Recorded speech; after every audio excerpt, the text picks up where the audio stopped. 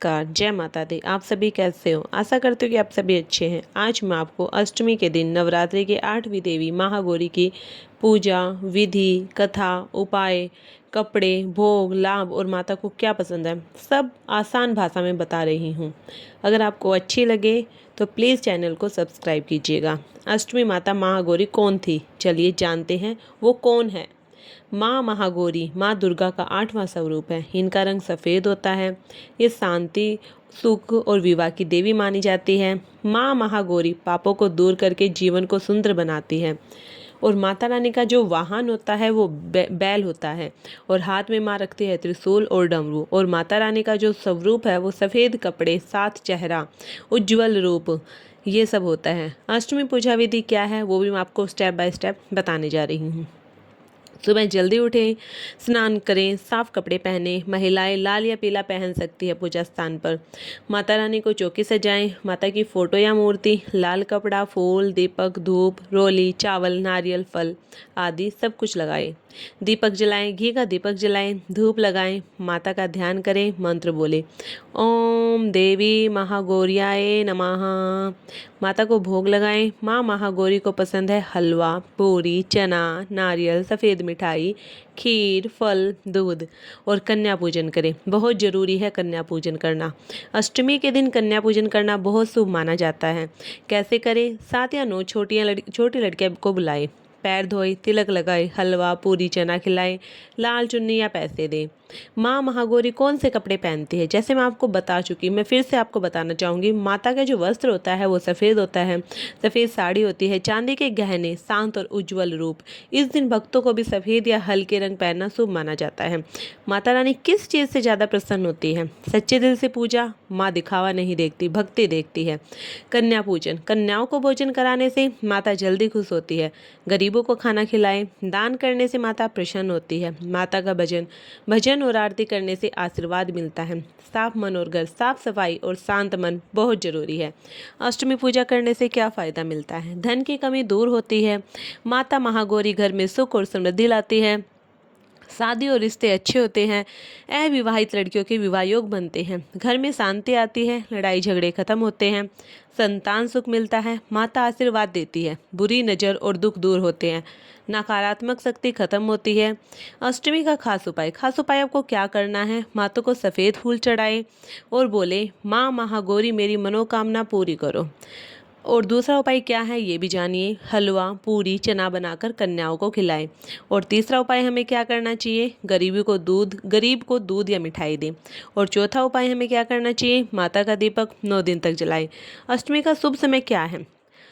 सुबह पूजा करने का समय क्या है? 6 से 9 बजे। कन्या पूजन 8 से 12 बजे। श्याम आरती 6 से 7 बजे। अगर आप चाहो तो मैं आपको कथा भी सुना दूं। वैसे मैं इसमें आपको कथा ही बताने जा रही हूँ। बोलिए जय माता दी। नवरात्रि के पावन दिनों में अष्टमी का दिन बहुत ही पवित्र और शुभ माना जाता है। इस दिन माँ महागौरी की पूजा की जाती है। जो भक्त सच्चे मन से अष्टमी का व्रत और पूजा करता है उसके जीवन के सभी दुख दूर हो जाते हैं और घर में सुख, शांति और समृद्धि आ जाती है। कहते हैं कि एक समय की बात है जब धरती पर पाप और अत्याचार बहुत बढ़ गया था। लोगों के जीवन में दुख, गरीबी और बीमारी फैल गई थी। हर तरफ संकट ही संकट था। तब सभी देवता मिलकर माँ दुर्गा के पास गए और प्रार्थना करने लगे। देवताओं ने हाथ जोड़कर कहा, हे जगत जननी, हे माता रानी, आप ही हमारी रक्षा कर सकती हैं। धरती पर दुख बढ़ गया है, कृपया कोई उपाय बताइए। तब माँ दुर्गा ने मुस्कुराते हुए कहा, चिंता मत करो, नवरात्रि के 8वें दिन मैं महागौरी रूप में प्रकट होकर भक्तों के सभी दुख दूर करूंगी। यह सुनकर सभी देवता खुश हो गए और माता की जय जयकार लगाने लगे।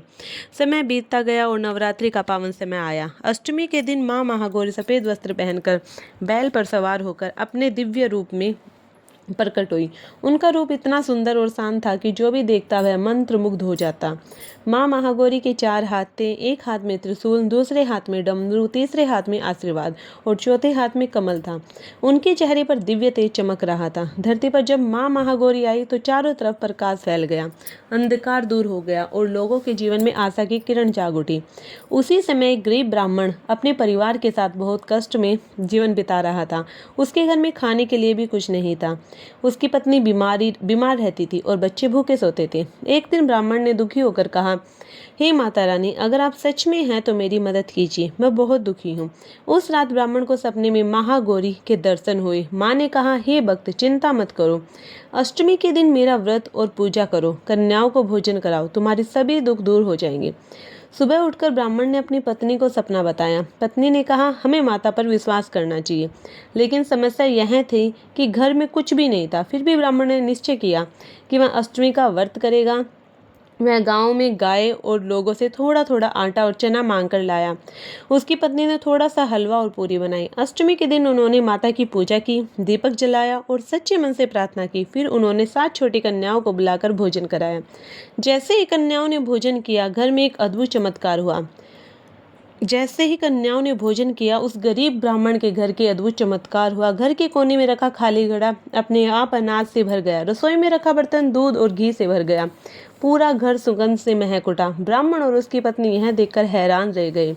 उसी समय दरवाजे पर एक वृद्ध महिला आई। वह बोली, बेटा, मुझे पानी मिलेगा क्या? ब्राह्मण ने तुरंत पानी दिया और आदर से बैठाया। वृद्ध महिला मुस्कुराई और बोली, तुमने अष्टमी के दिन कन्याओं को भोजन कराया, मैं तुमसे बहुत खुश हूँ।